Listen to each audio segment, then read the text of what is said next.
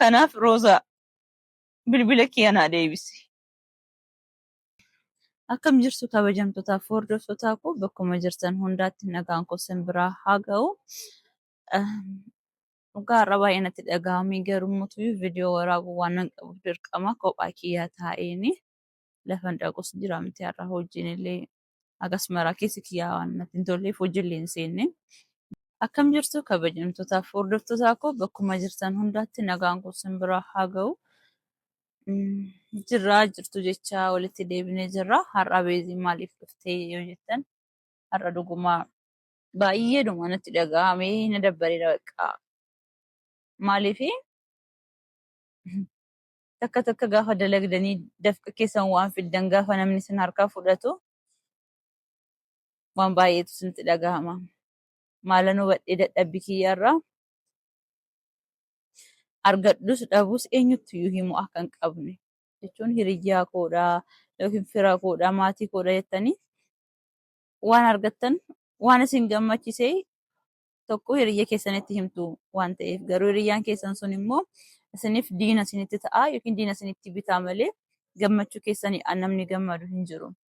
Jechuun bilbila iPhone yeroo bitadhu dhugaadhaa hojii nan hojjedha. Akka miidiyaa irratti ni ilaaltan kana qofaa miti. Hojii nan hojjedha. Hojii herreegaas ta'ee hojii maanajimentis nan hojjedha hojii. Qacarameen hojjedha. Sayidoo biraallee hojjedhee qacarameen na qacareetiin hojjedha. Maaliidhaafi akka hin danda'u waan argeeruuf na qacareetii malee osoo nama hin barannee ta'e osoo hojii isaaf immoo nama hin taane osoo ta'e jalqaba haala nuti walitti dhufne gaarii waan hin taaneef na ari'uu danda'a ture. Garuu immoo na gorsee gorsa sana fudhadhee nan deebi'ee achi booddee maaliif hojii kanaan hojjennu? Maaliif bifa kanaatiin waliin tarkaanfannu? Isin fayyadamtaan anis na fayyadda. Kanaaf kanarratti walii gallee innis hojii kiyya hojjechaa ture. Hojiin immoo ani hojjechaa ture sun dansa waan ta'eef waan isa gammachiiseef minda kiyyaatiin ala boonasii naa kenne. Inni immoo dirqamaadha. Hojii hojjettanidha. Waan biraa dhiisiiti. Mana maadaamiyyuu yoo amala gaarii qabaattan abbaa manaa isaanii ilaaluu baattan jira miti. Kennaa garaagaraa kennu ayyaana isaan irratti. Gaafa mootuyyuu hojii keenya 6 akkas hojjennee gama ilaalamu. Gaafa ilaalamu hojii bareedaa, hojii boonsaa, hojii baay'ee namatti tolu hojjenne. Kanaaf kun immoo cimina keedha jedhee badhaasa sana naa kenne. Akka badhaasaatti akka boonasitti ana qofaaf miti baay'isawwee. Kan koo xiqqoo ishee waan ol kaa'eef malee akkasuma raayyuu miti. Hojjettoota hundaaf kenne. Ani waan dubbadheef waan isaanitti himeef malee hojjettoota hundaaf kenne. Maaliif hojjeta hojii isaa cimee hojjeteedhaaf riwaardiin dirqamaadha. Yoo riwaardiin jiraate hojjettoonni sun hojii sana akkam godhu jechuudha. Kan koo jedhanii hojjetu. Qacaramee miiraa qacarrii isaanitti hin dhaga'amu. Hojiin kun hojii kiyyaati kan koodhaa jedhanii hojjetu. Kana waan ta'eef boonasiin jira. Isaaniif immoo hubachisuudhaaf ulfaataadha. Rakkoodhaallee akkamitti boonasisii kennaa maalidhaaf yookiin qacaramanii hin laalle yookiin immoo hin beekani taaka. Isaanitti illee hin faradu. Maalidhaaf nama beekutu beeka waan ta'eef. Kanaaf ani immoo akkuma argitan sana namamteetti dhaqee waan isheen namamte waan biraaf ture.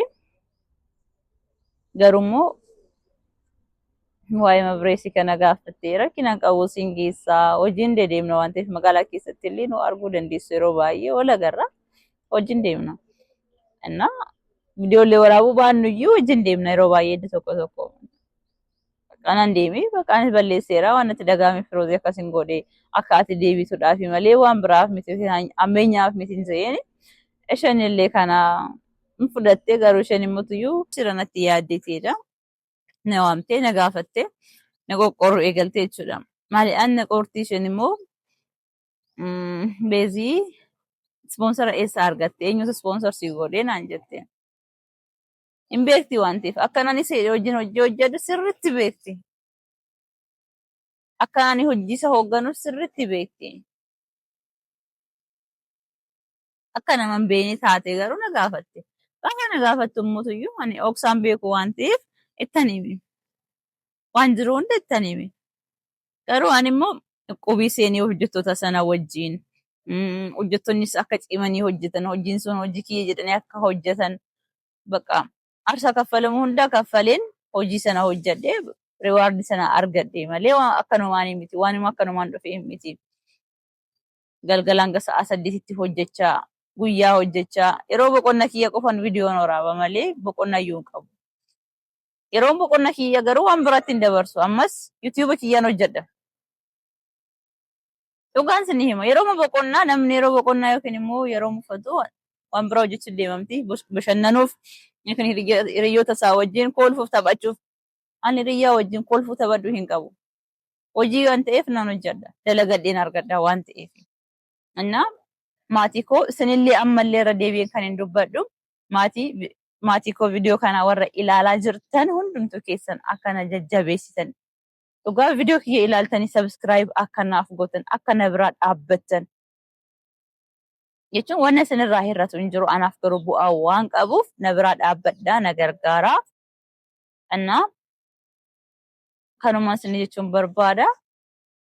Maal taatee beezii yoonaan jettan baay'ee dhuma natti dhaga'amee jira. Akkuma isinis jedheedha baqa dafqitanii ani maafan baradheen jedha maafan baradhee. Isa baradhee maallaqa naa kaffalamu kiraa manaa fi tiraanspoortii irraan darbu. Waggaa 18-19 barannee deebinee maatii kadhachaa irraa jechuudha. Jechuun jireenya qubsan sin jiraachisu. Kanaaf halkaniif guyyaa hojjettaa ka. Osoo carraa argannee biyyaa baane baay'ee bareedaadha namatti tola dhugaa. Sa'aatii 24 hojjettee jireenya mataa kee jijjiirta. Biyya keessatti garuu beekumsa miti. Maallaqa qabachuu qabda yookiin immoo nama. Kana achi dubartii yeroo taatu immoo qormaan hedduu si mudata. Qacaramuudhaaf rakkoodhaa hojii argachuudhaaf rakkoodhaa osuma dandeettii qabdu osuma beekumsa qabdu iyyuu qacarriyyuu hin argattu. Akkattiin ani hojii sana hojjedhee akkattiin hojjettoota sana iddoo qabadhee hojjechiisee maallaqa kana akkan argadhee nan beeka. Kanumaan iyyuu immoo bakka qoosaa illee natti fakkaate bakka jiraame ta'umaa viidiyoo illee waraabachuu waan hin jedhee ta'e biraan dhaqee malee yaadame mindaan isin kaffalu Itoophiyaa keessa yoo baay'ate akka maallaqa Itoophiyaadhaan 10,000 bakka 20 kana hin caalu. Kiraan mana 10,000 ta'a tiraanspoortiin jira dubartiidha waa meeqa jira kanaaf hojii arganneen hojii garaagaraa nan hojjedha. Sa'aatiitti taa'ee harka maatiis yookiin immoo harka dheerattee eeggadhu osoo hin ta'in hojjedhee jireenya kiyya jijjiiree jireenya gara fuulduraa immoo waaqayyoo wajjin kan itti deemu ta'a jechuudha. Garuu jireenya irraa itti jiraachaa jiru gammadee waaqayyootiin galateeffadhee gara fuulduraaf immoo namni hin jiraannaa malee hin duunaan beenu miti kanaaf nan jiraadha jedhee waan nan yaaduuf hojii kiyyaan hojjedha. Garuu yaadaami sinumtu. Baay'eedhuma baay'ee na jibbisiiseera dhugaa jechuun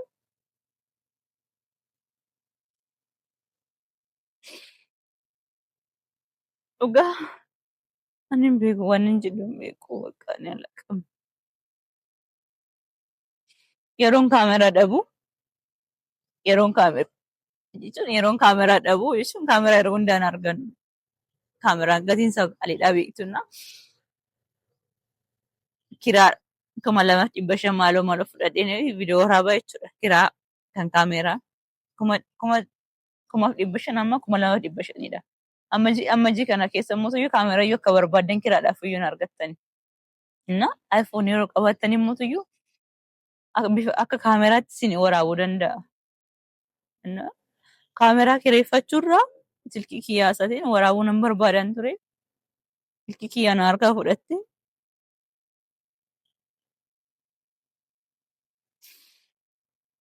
Dhugaan halkanii jechuudha.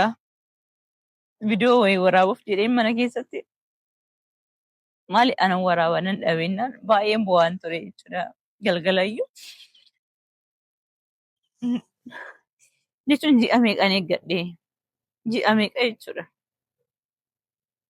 Kaameraa kiraa fudhadhee viidiyoo gaafa waraabnu naamun jira ulfaataadha beekaa.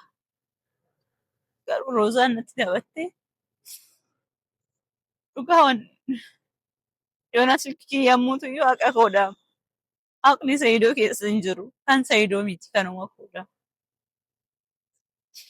Jechuun ani yeroo sanallee ishee aarsuudhaaf Saayidoon naa bite Saayidootu akkas naaf godheen jedhee malee dalagaan hojjedheeni malee hojii kiyyaadhaan hojii kiyya ilaalee mallaqa naaf dabalee itti bitadhe malee kan isaa miti. Innillee kiyyaa yoo jedhee fudhachuu danda'a. Garuu kan isaa miti. Hojjetadheeni mallaqa koodha bitadhe. Kanaaf Roozaa bilbila kiyya naa deebisi. Bakka ani viidiyootti waraabuu nan barbaada. Itti hojjechuu nan barbaada. Kiraa kaameeraa nan uffisiiseera. Bakka Roozii siin kadhadha. Dhugaa Roozii siin kadhadha. Bilbila kiyya naa deebisi.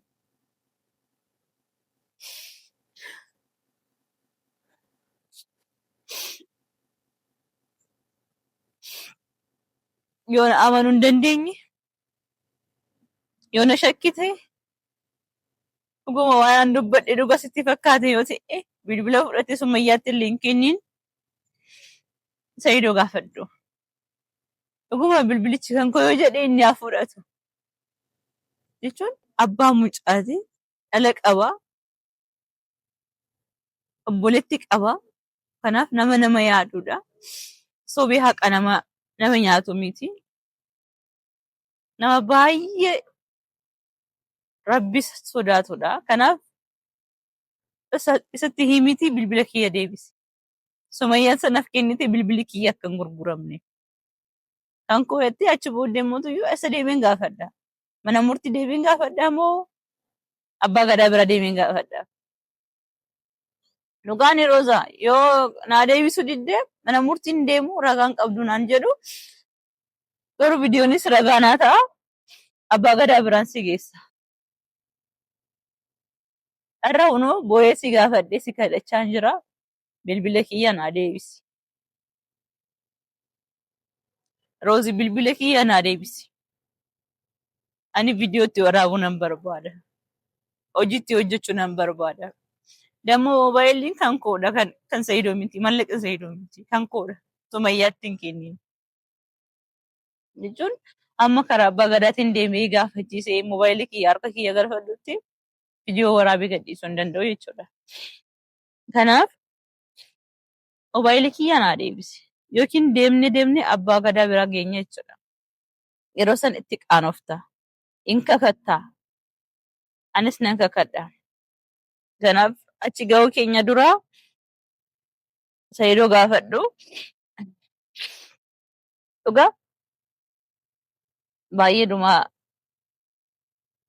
jechuun bakka bo'uu barbaadee miti. Mallaqa dira nama jaalladhu nama barbaadu miti. Kanuma koo waan ta'eef hin boo'ee malee ani nama bo'u miti. Bo'uu hin jaalladhu. Dubartii boochuyyuu hin jaalladhu. Hin bo'u malee. Sijjammar hin bo'u. Garuu Roozii dhaamsi kiyyaa inni guddaan yookiin viidiyoon kanarraa waraabaa jiru siimaa fi hordoftoonni kiyyaallee akka ishee bira naaf geessan nan barbaada. Moobaayilii kiyya akka naaf deebistu. Naaf deebisi bakka yookiin dubbii bira keessa galla. Sodaadhee miti kan hin bo'aa jiru bakka. Akkatti hojjedhee akkatti hin fidannatu beeka.